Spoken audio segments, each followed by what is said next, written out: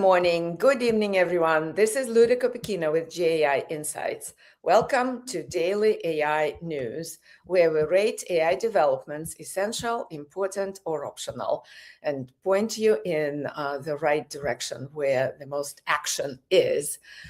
Today, I have John, Ankaj, Paul, our regular crew, and Brenda Kirk, who is a senior exec from the financial industry. She was former CIO of a major bank in the Cleveland area, and now she helps companies with AI adoption.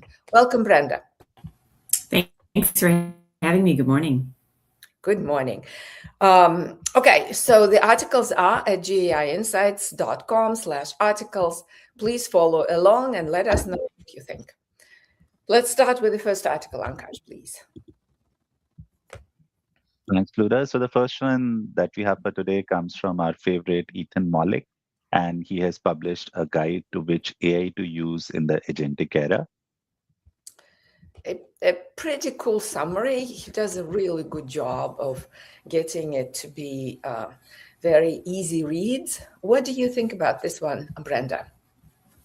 I agree. One of our favorites for sure. It was really a wonderful read. It was very easy to follow. I think it's a great guide.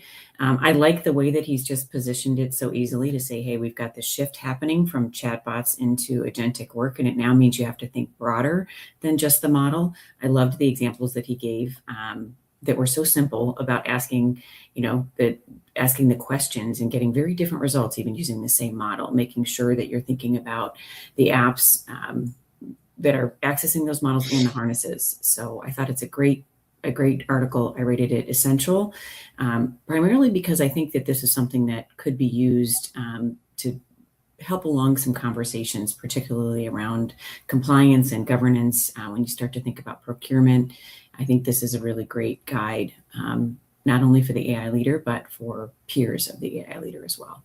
Yeah, C-suites for sure. And it talks about harnesses quite a bit, and this is relatively new and very, very important at this stage of AI development. Okay, essential from Brenda. What did you think, John? Sorry. Yes, I agree. I think he does a nice job. It's very practical in terms of how to think about the model, why you should pay the $20 a month. I just think it's a practical guide for folks who are moving from chat to more agentic activity. I think Ethan's stuff's been uneven. This to me is one of his better ones. So I give it essential. All right. That's great. Paul, forwardability of this one is quite high, right? Yeah, high forwardability, obviously essential. I think we all got to continue to remember, and I'm reminded every week, just how far the gap is between the average executive and where we are. Mike and I, we spent 6 hours with the CEO and their 10 executives on 2 days ago. And Brenda, we spent 15 minutes trying to understand Copilot, M365, what's secure, how do I find it, how do I upload a document? So even Ethan's model, it's great, but it'll directly help power users, power prompters. It does not help the 90% of people who are just starting, but definitely essential. Yeah, and people I agree. Yeah, people are royally confused on where to start, really, because there's so much lingo out there. Yeah, okay. Ankaj, we're going. Oh, John, you wanted to say something. Sorry. No, I'm good. Okay. Ankaj, we're going essential. Okay. Essential, Luda. Yes. All right. Essential it is. Let's proceed to the next one. Okay, the next one that we have for today comes from Microsoft, and they have launched Microsoft Clarity, with which you can understand your influence in AI answers. I love the name, finally, right? Yeah. They're talking about that you can just relate to, the name that you can relate to. John, please let us know what this is and what you rate it as. Yeah, so what this is this is an app that you can put onto any website or whatever that allows you to look at. It's basically a dashboard on what you're in, how you appear in the different models, and what are the things that influence your appearance in those different models. Kind of, if you think of share of voice to share of model. Now it's early on. It's a kind of a pre-release version, and it's early days. I give it an important because it comes from a big vendor like this, and you can have, I think this idea of a dashboard to basically tell you what your share model is going to be very, very important. And, it's not deployed yet. So, except I think on Bing. And so I was going to give this an important, absolutely essential trend. Still early. If it had more deployment, I would definitely make this essential. Okay. So important from John. Brenda, what did you think? I also had it as important, and for many of the same reasons that John just said, but I also think that it's really important that we're thinking about this more broadly as you look at discoverability particularly. So I gave it an important, for all the reasons that John said, but I think this is a trend we really have to pay attention to. I also think that Microsoft doing it will have a greater impact with executives. So I think it's important. Yeah, I mean, the power of Microsoft distribution. I mean, if you look at the statistics, right, their models are not, Copilot isn't anywhere in the model tables, but in terms of distribution, they're all over the place. Yeah, but I was thinking as I was reading that there were lots of startups that were going at this brand assessment and Sure. so what's happening with bots. Microsoft just followed them all in one move. That's right. So this is like really beware out there, because if you're in the space where these leaders can include them in the portfolio, that's a danger zone. Okay, so important from Brenda and John. Paul. Oh, they're triple optional. One's a product announcement. Two, Microsoft has never, ever, ever, ever, ever had a product that was leading the market. Every one of the products is a slow boat follower. And I can't imagine this product is somehow suddenly a new one, so optional. Yeah, but Paul, what they're good at, they introduce a very shitty, bad product into the market, and then they slowly upgrade it to the mediocre, and then they take the market, essentially, because of the distribution. If you're Coca-Cola and I got to work on AEO, you're not going to go with a slow boat model. You need a really good product. It's a really important topic, and there's 50 vendors in this area. Yeah, no. Yeah, I don't know, Paul. You know what'll happen? Microsoft will give the salespeople Microsoft bucks, and they'll have free consulting, and they'll put the friggin' thing in there. Yeah, I'm not there. I mean, look at some of the accounts we have. One account, Microsoft ponied up $250,000 of free training. Right? John Warner. Yeah. So I don't know. Ankash, you have a deciding vote here. What do you think? Luda, I was important on this one. So I think Paul and I were just discussing 2 or 3 weeks back only how Bing Webmaster is very essential to get your website even listed for doing SEO, right? And if you look at the initial days of ChatGPT, right? Bing was the search engine that ChatGPT was doing. And if you were not listed on Bing or Bing couldn't find you, you were not there in ChatGPT. I think from an enterprise perspective, this is important. 90% of enterprises are on the Microsoft stack.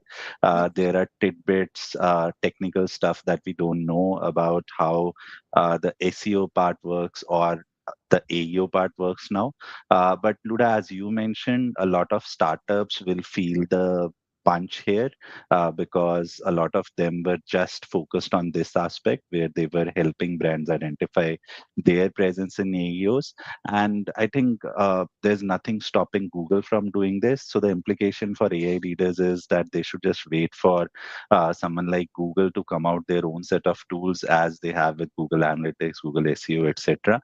And they should use that instead of going with the 30 others brand assessment providers that we have. Yeah, so the new battleground was formed by Microsoft with clarity. Okay, important it is. Let's proceed to moving on to the next one. This one comes from AWS, and it's a case study where AI meets HR, transforming talent acquisition with Amazon Bedrock. Yes, so it looks like this is more of a primer on how to do this. What did you think about this one, Ankash? You're right, Luda. This is not a typical Amazon case study. It's more of a primer where Amazon is telling us how to use Gen AI in recruitment. So they highlight 3 different types of agents that they have created with Amazon Bedrock. So there's a job description creation and optimization agent, there's a candidate communication agent, and an interview prep agent. And they provide all the different components in detail on how a company can go ahead and create these agents, create the underlying RAG that is needed, what are the typical challenges that they will have to face, how they can remove bias from this process. So all in all, while it's not a implementation per se with a particular company, but Amazon keeps on giving out these set of primers. They have done this before for account planning, for marketing, and a few other areas, and they all have been very useful for enterprises. So for that reason, I was important on this one because HR is one area which every enterprise needs to automate right now. Yeah, and it is transferable, even though they talk about AWS tools. Okay, Brenda, what did you think? I had it as optional, but listening to Ankaj, I could be swayed into important. I do like the idea of this. It provides really good design reference. I think that it's a good pattern library for all the reasons that Ankaj already talked about. I do think it's really important to be able to take it out of the Amazon environment. And Luda, to your point, you could do that with what's written here. I had it as optional largely because there's just too much noise out there right now. And I think we have to focus the AI leader on what's really important to them and what can be forwardable. And I'm not sure that this would meet either of those. I missed the Amazon case study format here. Yeah.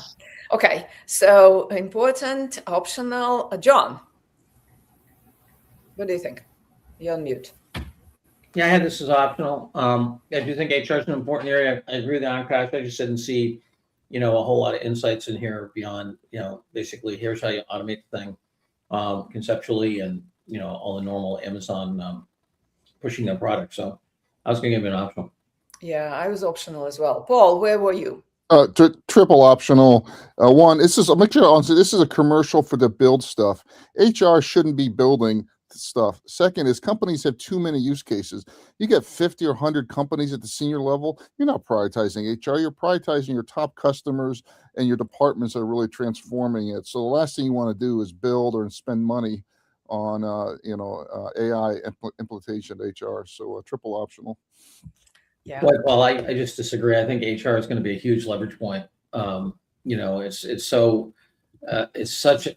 in need of upgrading and. John, I agree.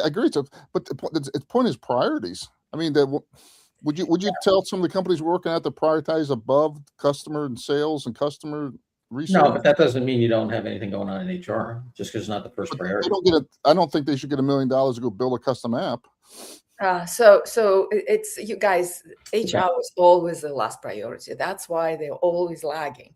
So it has been historically, and it continues to be. So, you're right. Both of you are right. It's an important area, but its priority is low. Well, but Luda, there's great things that you can do. Employ anyway. There's really good solutions for less than $50,000 or $100,000 that really transform HR. But Paul, that's not true. There's all kinds of the work Joe Fuller's doing shows that, all kinds of people are missing staff that they should have because of the rigidity and crappiness of the existing HR software. Anyway, let's agree to disagree on that one. All right. I think we're disagreeing on the priorities. You have priorities. Yeah. Right. And how you deal with it. The important area usually lacks priority for C-suites and but there are tools out there. Okay, optional it is. Let's proceed to the next one. Hey, the next one comes from the New York Times, and it is titled "Chatbots are the new influencers. Brands must woo." Right, they must. Brenda, what did you think about this one? I have it as optional, and only because I don't think it actually gives us a lot of new information. It's a nice case study from Athena Health. They walk through exactly what's going on in their environment and the things that they did to change it. So I waver a little bit here. I'm not sure it gives us anything that's particularly actionable. I do think that there is a a very important message here, and forwardability is the only thing that I'm wavering on a bit here, because this is something that I do think that the AI leader needs to be able to articulate to their peers in the rest of the C-suite. What's really going on with AEO is real. AEO, GEO is real. And here's a really good example of why that matters and how it needs to be prioritized, how it will handle things like reputation. I was in a conversation not long ago where I mentioned Reddit, and I got these blank stares like, what's that? So I do think that there's a really steep learning curve happening here, and they do a nice job of telling the story, but I still have it as optional relative to the other. Okay. All right. Optional from Brenda. Paul, the forwardability of that is. I had as essential forwardability. Second, I love the quote in there that they have 250,000 words of highly focused, calibrated content to try to influence the bots. And I thought that was a very specific, easy to understand thing for the companies here. Most executives, I understand, one, they don't understand this. Two, the companies that have a new area, like a new product, this is really important to flood that zone with this question answer stuff. And I think Athena's case example is really good, and it's credible from New York Times, so essential in my mind. And it requires energy and focus. If you are a brand, I think this is a critical message for you, right? What did you think, John? Yeah, first of all, I had the same agita that Brenda had, and and I hear New York Times and stuff. This is a pretty light article given like what they could do here, and it was I don't know, lazy reporter, editor, aggressive editor. However, the topic is so having simple things to help executives understand. I was on a call yesterday with a new client of ours, and this client had already deployed a bunch of agents back actually in their marketing department and so forth inside. They're owned by a private equity firm. But the chief marketing officer had no idea what's going on with this SEO to AEO stuff. And so she's very sophisticated on one hand and very unsophisticated on the other. So, this to me is a very helpful, forwardable explainer. I had it as important, but Paul, you've talked me up to essential. All right. Brenda, think about being essential, because your articulation was also like it's optional, but you were arguing. I agree with Brenda. From a quality perspective, this is optional, right? From a topic perspective. And that's really that's my point. And I feel like the AI leader right now is flooded with stuff, so much information and forwarding so much information that if you've got an opportunity to send something forward, it better land. And if it's this light sort of, I don't know, this feels squishier to me. I think, John, you articulated it well. I have no problem with the topic being essential. I completely agree with that. Okay. Ankash, what was your thought here? I'm with Paul here, Luda. I think we need reiteration of this concept of AEO to AI leaders as many times as possible, because they are not giving it the attention that it needs, and it will reflect in their presence or their brand presence in these answer engines. So I believe that any AI leader or marketing leader who starts early with these answer engines will be at a significant advantage compared to other set, because we have seen from various research papers from Anthropic that there is a leakage of information. Leakage of information is not the right word, but they show that the new models that are being trained on older set of data or data from older set of models, they somehow retain that information. So, for example, if Coke trains their or invest in improving their brand presence in current model of ChatGPT, then I believe that GPT-6 or GPT-7 will give more preference to Coke compared to any other brand who is coming at that point in time.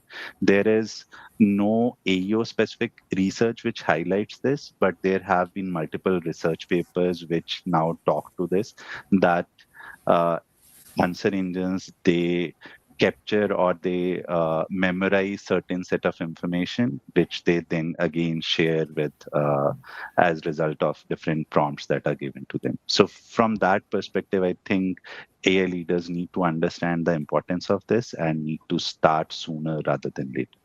Yeah, there's certainly memory, and this memory is hard to erase on branding. It's certainly on the examples that I see, certainly true. Okay, we're going essential on this. One other quick thing I just want to highlight is that this requires a different set of skill sets in your company. This is a really important topic, and turn around and give this to your current performance manager, who tends to be a mid-level or junior person who's just doing SEO optimization by quarter against some KPIs, is the wrong thing. So you need a more sophisticated marketing and product approach to understand what content it is, to find it, to get it actually deployed in the organization here. So it's an important topic, and it's not correctly staffed right now. Yeah, okay. Essential it is. All right, let's proceed to the next one. Okay, so this is John's favorite, power in the age of intelligence.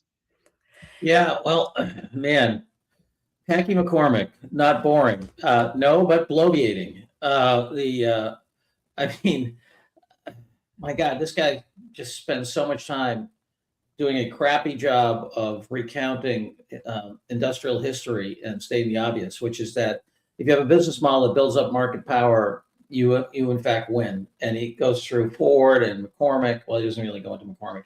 He goes into Ford. He goes into Rockefeller. He goes into Swift, who was a dominant meat packer.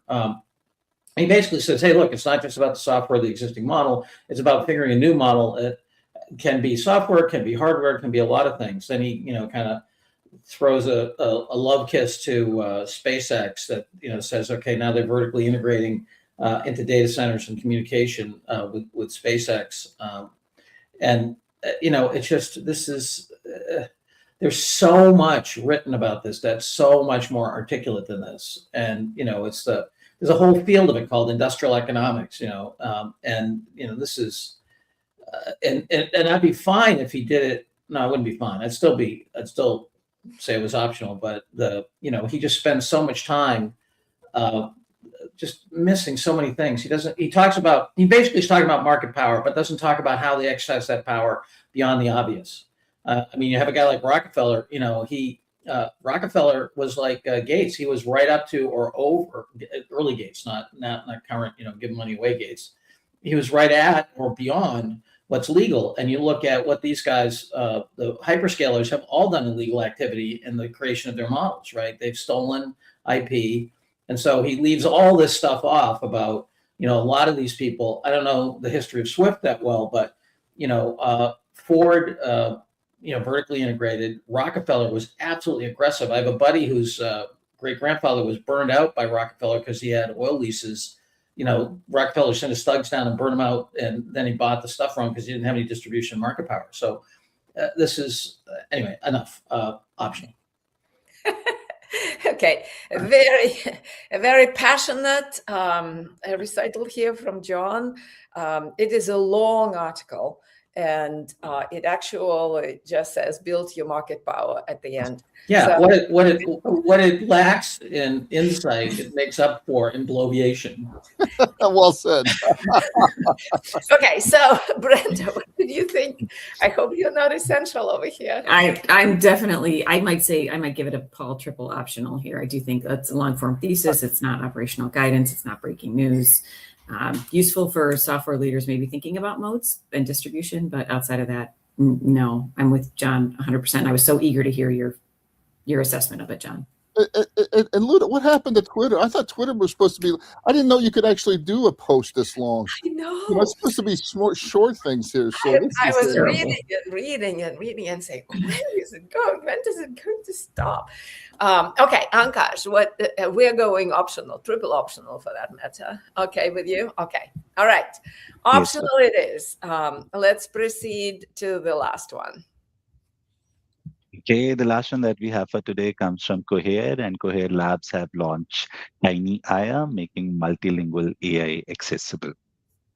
It's interesting. Cohere is focusing on languages, and really it seems like doing a good job. And this is yet their foray into small models with languages. What did you think about this, Ankash? I was between optional and important for this one, Luda. Optional because these are translation models, right? We discuss an article from New York Times about translation, which sort of highlighted that how these models are not doing a great job. But then somewhere it uh, addresses 70 plus languages, and this new tiny AI model, this is operational on edge devices, mobiles. So people who are in locations where there is not enough internet access, companies who have these far-fetched operations, mines, petroleum operations, etc., where they need something on device which can talk in the language of the person who is working on that particular site. From that perspective, I think it's important. And Cohere has been doing a lot of stuff with IA set of models, which have performed really well across these 70 plus languages. We have discussed this previously, I think 6 months back. So this tiny IA from that perspective is important. But the implementation or the usefulness from a enterprise perspective, where there are specific client examples who are using this, that is limited. It's being more used in non-profit areas, in research areas, etc. So for that reason, I was optional. Okay, so between optional and important from Ankash, what did you think, Brenda? Optional. I don't think this is something that we need to get on the AI leaders' desk. It's largely a model announcement and not something I think is relevant for the majority of our AI leaders today. Okay. Paul? Optional. John? Let me make the case for important. When I first looked at it, I thought it was optional, and I dug into a little bit how Cohere is doing, and they grew over 240% last year. They beat their revenue number. They're capital efficient. They run on, they run on the client's hardware on virtual clouds, and this notion of translation, I could see, this is a big deal for a lot of corporations, the ability to do multilingual stuff efficiently. It's not an American-centric thing, but if I'm Bayer or Novo Nordisk or somebody like that, right? I've got all kinds of multilingual issues, or any of the big Indian conglomerates, and this is super efficient. Plug in. It's not required, so I don't know. I'd be okay with important on this one. Yeah, no, I'm with you, John. But if you are really focusing on this particular application, you'll find Cohere. They are focused on languages, have been. And so, yeah, for that reason, I think for the general AI leader, this is still optional. As to Brenda's point and Paul's point, there's so much stuff moving, and new stuff is happening every day. It just too much. But I look at important as if it's a topic, I look at important as, hey, if this topic, which you can get from the title, is of interest to you, this is a worthwhile read. That's part of how I think about important. So anyway. Yeah. All right. Yeah, I get it, but optional it is. Optional I hate democracy. Jeez. I know. It's just yeah. Just get in line and obey.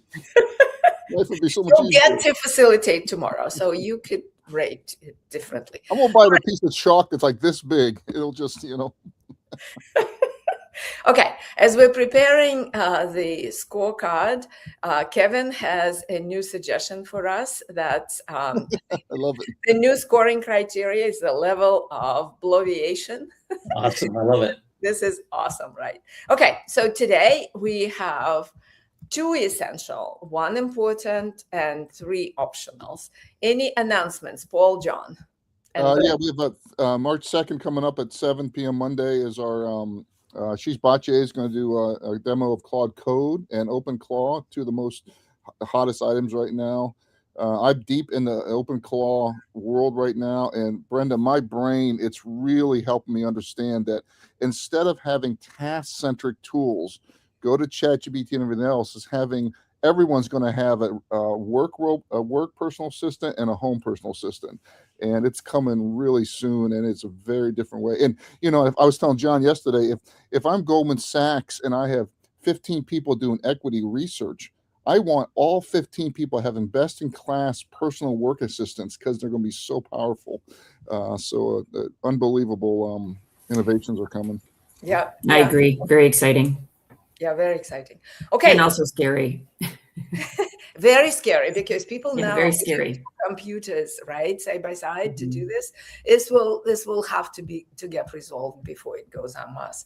Okay. Anyway, we are done for today. I really appreciate, Brenda, for you joining, and Lucinda, Kevin, Ashish pitching in, and thank you very much. It was great discussion, and we'll see you tomorrow. Bye-bye now. Thanks for having me. Bye-bye. Thanks, Brenda.